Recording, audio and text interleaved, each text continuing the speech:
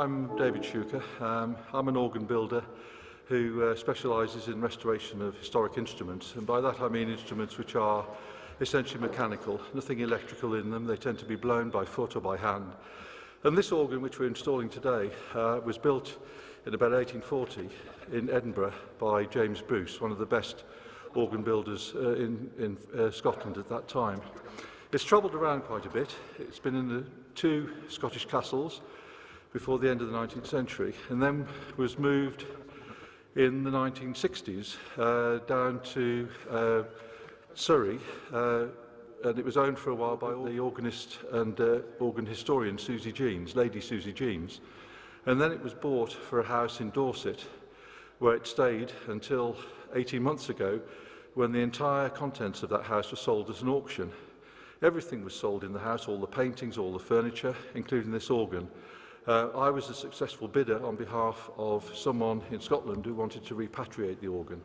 So I took it all down, took it back to my workshop in Kent, where I restored the bits that needed restoring, and we've moved it up here, and hopefully by the end of today it'll make its first sounds in this wonderful acoustic of St Margaret's.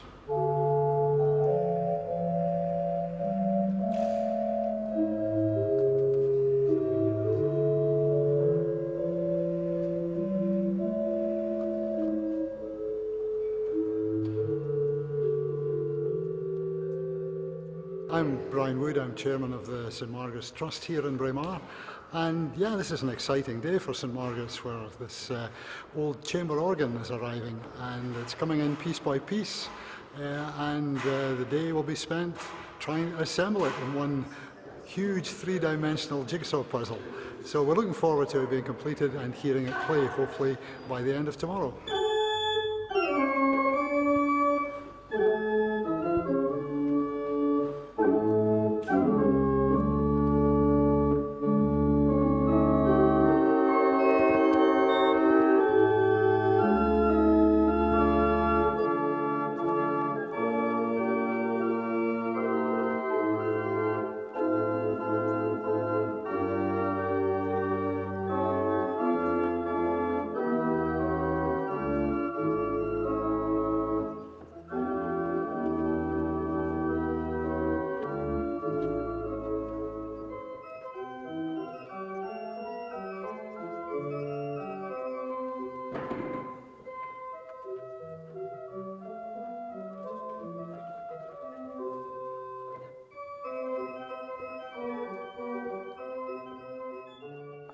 I think we should try and put some metal pipes in there, because I think we're making progress.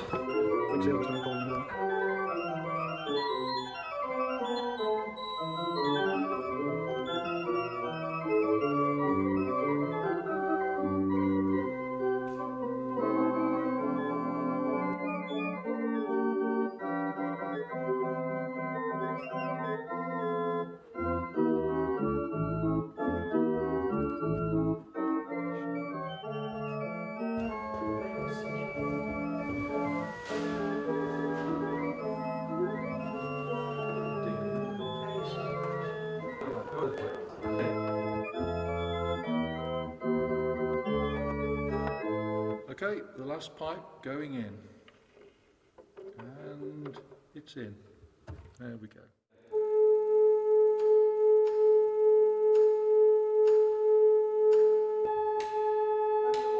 Yeah.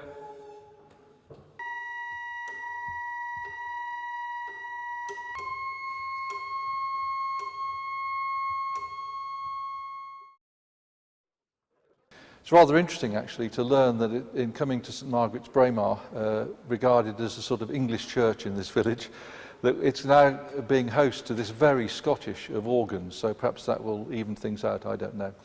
The interesting thing about this organ is that it's survived virtually intact. It's had no electric blower added, it's had no pipes changed. The casework, which is a fairly ornate Gothic case, has suffered small amounts of damage, but that's inevitable over 180 years. So it's a rather interesting and rare survivor of an interesting period of organ building when the organ was still evolving to the organ that we know today. So it's been a real privilege to work on this organ, actually, to try and hear or try and appreciate the work of those craftsmen long gone and bring it back to life, because we know that the organ hasn't been played very much over the years. You can tell from the keyboard. A 180-year-old organ would normally have a keyboard which showed real signs of use. This one hasn't been. So in a sense, that's helped it to be preserved. But nonetheless, there's nothing sadder, I think, than an organ or any musical instrument that doesn't make a sound. So to bring this instrument not only back to life, but in this rather spectacular acoustic, it really works well. So I hope that it'll continue to make music here in Braemar for decades, or perhaps even another at least 180 years. There's no reason why this organ just can't keep on going. It can continually be repaired and restored.